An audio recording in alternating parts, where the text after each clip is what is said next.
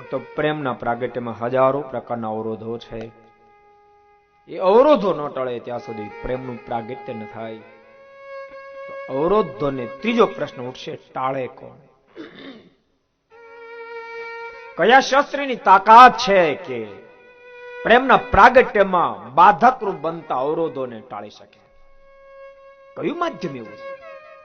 દુનિયાના વિવિધ માધ્યમો છે, જપ તપ વિવિધ માધ્યમો છે, પણ યાદ રાખજો ટોપમાં ટોપ કોઈ જો માધ્યમ હોય તો માધ્યમ છે સત્સંગ, પરમાત્માના દિવ્ય ચરિત્રો, જે તમામ અવરોધોને ટાળી શકે છે.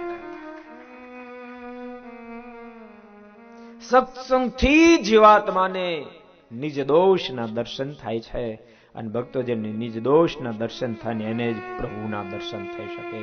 જેને નિજ દોષના દર્શન ન થાય, યાદ રાખજો, એને પરમાત્માના દર્શન પણ સંભવિત છે. નિજ દોષને જ્યારે દર્શન થશે, એ દોષનો જ્યારે ત્યાગ કરશે.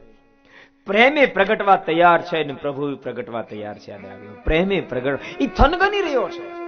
પ્રેમે પ્રગટવા તૈયાર છે અને પરમાત્મા પ્રગટવા તૈયાર છે. અવરોધ રૂપ દોષ છે.